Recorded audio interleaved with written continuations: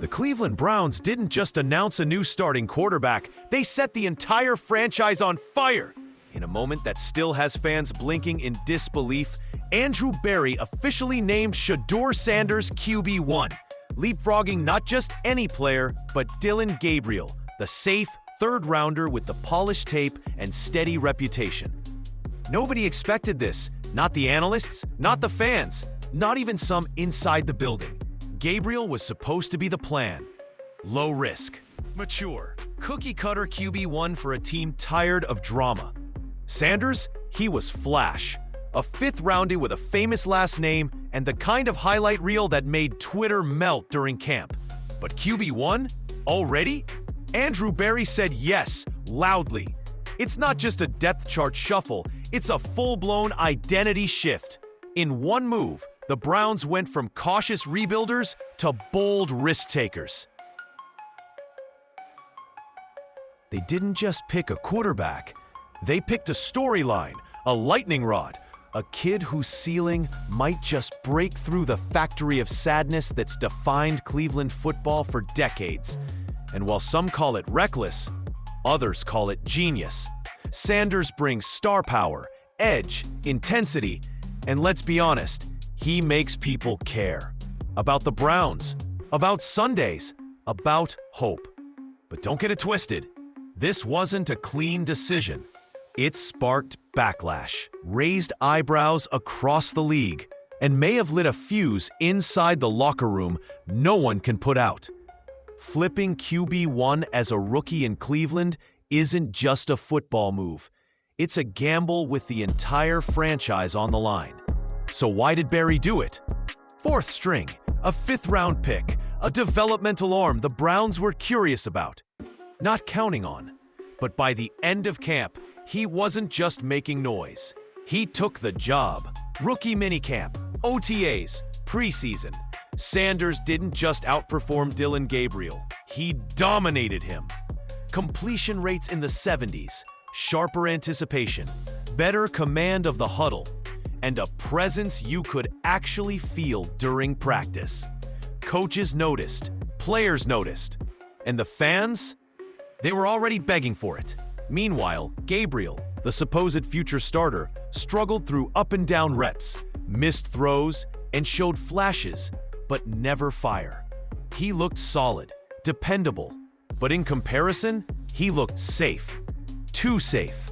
And Cleveland has done it was the edge. He played like he had something to prove, like a guy whose last name was already written in lights, but didn't want to live in the shadow. Every time Gabriel slipped, Sanders soared. When Gabriel checked down, Shedeur ripped it deep. Coaches viewed it as a competition, but Andrew Berry saw more. He didn't see a project. He saw a spark. And once the players, fans, and media felt it too, there was no putting it out. This wasn't just about stats, footwork, or preseason reads. It was a culture clash. On one side, Dillon Gabriel, the textbook quarterback. Polished, humble, coach-friendly. The kind of guy who says all the right things and stays late after practice. A safe option. A familiar one. The kind that keeps things calm, quiet, and well, kind of boring. Enter Shedeur Sanders. He doesn't just play quarterback. He commands. The moment he stepped on the field, the music got louder, the cameras zoomed in, and the Browns suddenly became interesting. Let's be real, his last name matters. The Deion Sanders effect turns every practice clip into a social media event. His post-game comments trend. His jersey sales spike. You're not just promoting a player, you're plugging into a brand, and Andrew Berry knew it.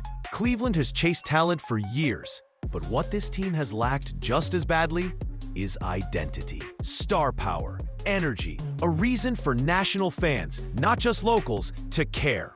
Gabriel could have held the job down, but Shedeur, he brings the kind of spark you build a new era around.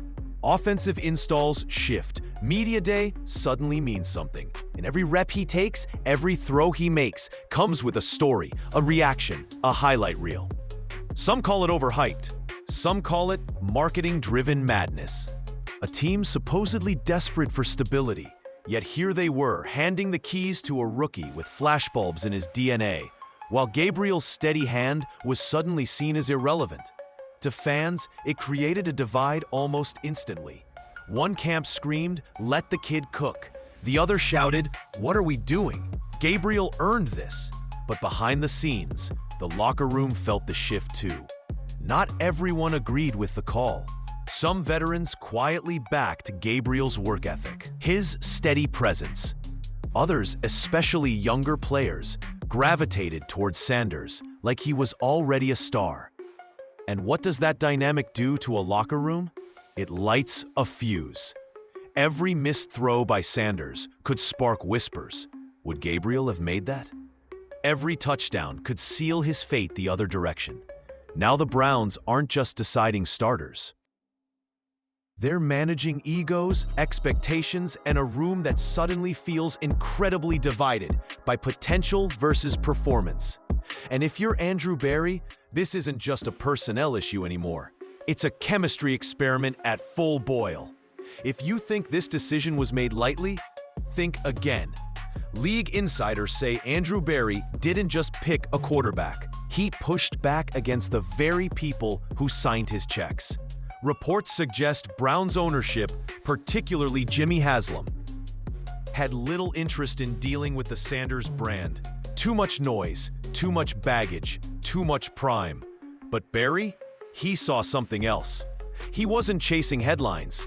He was chasing a spark the franchise hasn't had in decades. Call it risky, call it aggressive, call it insane.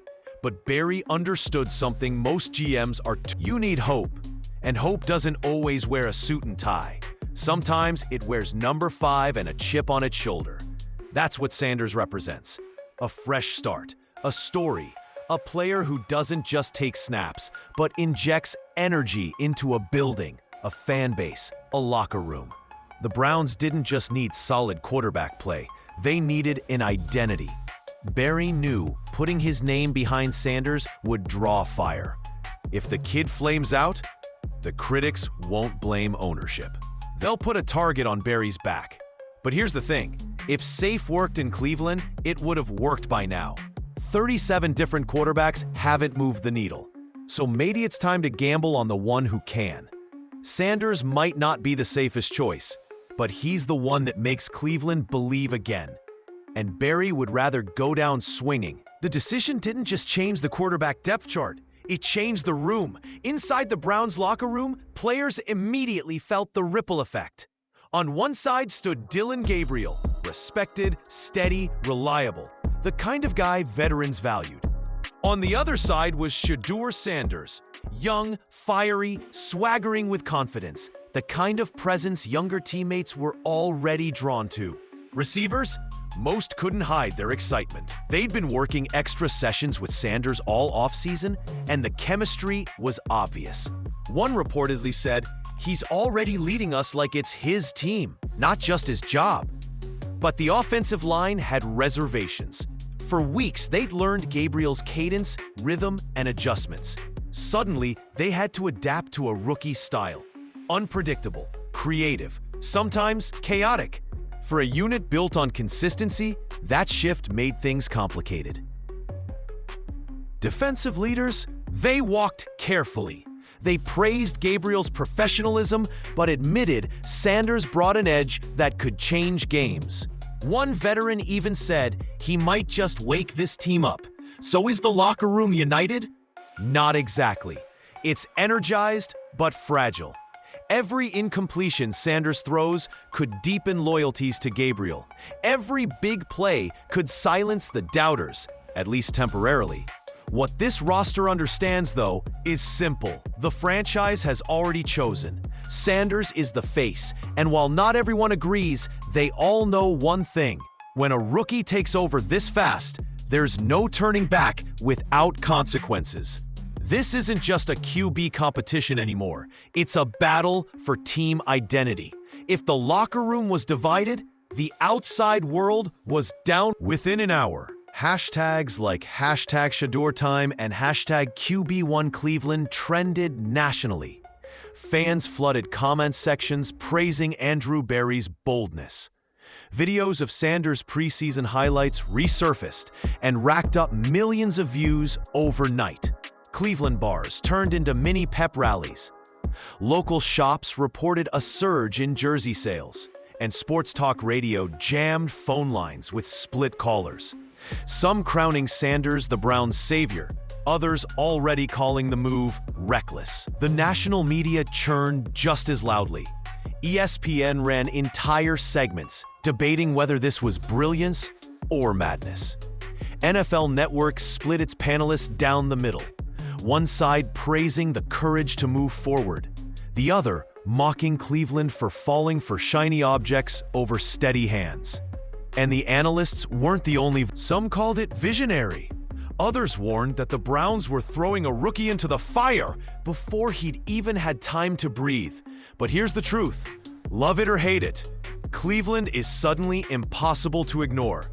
For a franchise accustomed to being the punchline, headline status matters. If Sanders succeeds, the spotlight becomes gold. If he struggles, that same spotlight could bury the team in criticism. And all of this noise only adds to the pressure Sanders already carries. He doesn't just represent a quarterback change. He represents a clash between fan dreams and analyst doubts. The Browns wanted relevance. Now they've got it. And as the media frenzy grows, the real question is, can Shedeur deliver before the crowd and the critics turn on him? Andrew Berry didn't just make a roster move. He made a gamble that could define his career, reshape Kevin. Then there's the bigger context, Cleveland's haunted history with quarterbacks. Fans already joke about the jersey with 30-plus names crossed out. If Sanders flames out, he'll just be another line on that list, proof that the Browns' curse is alive and well. And the optimism Berry just bought with his decision? Gone overnight.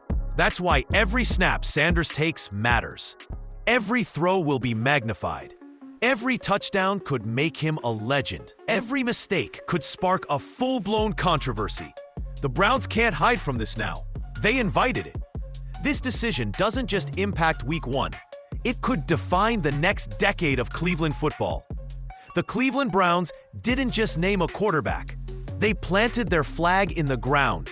By elevating Shedeur Sanders over Dillon Gabriel, Andrew Berry made a choice that went beyond playbooks, stat sheets, or draft grades. He chose chaos. He chose headlines over subtlety. And most importantly, he chose potential over predictability. On paper, it makes sense. Sanders outplayed Gabriel in camp. His energy lit up teammates. His name alone lit up social media. For a franchise desperate to escape years of mediocrity, Berry didn't want another safe starter who'd keep the offense steady but the fan base bored. He wanted lightning. He wanted a quarterback who could make Cleveland matter again. But that's the knife's edge. Sanders is either going to be the QB who rewrites the Browns' cursed history, or the latest name tattooed onto the infamous list of failed saviors. For Berry and Stefanski, the risk is just as severe. If Sanders delivers, they look visionary. If he flops, they look reckless, and their jobs may not survive the fallout. Still, here's the undeniable truth. Cleveland needed this.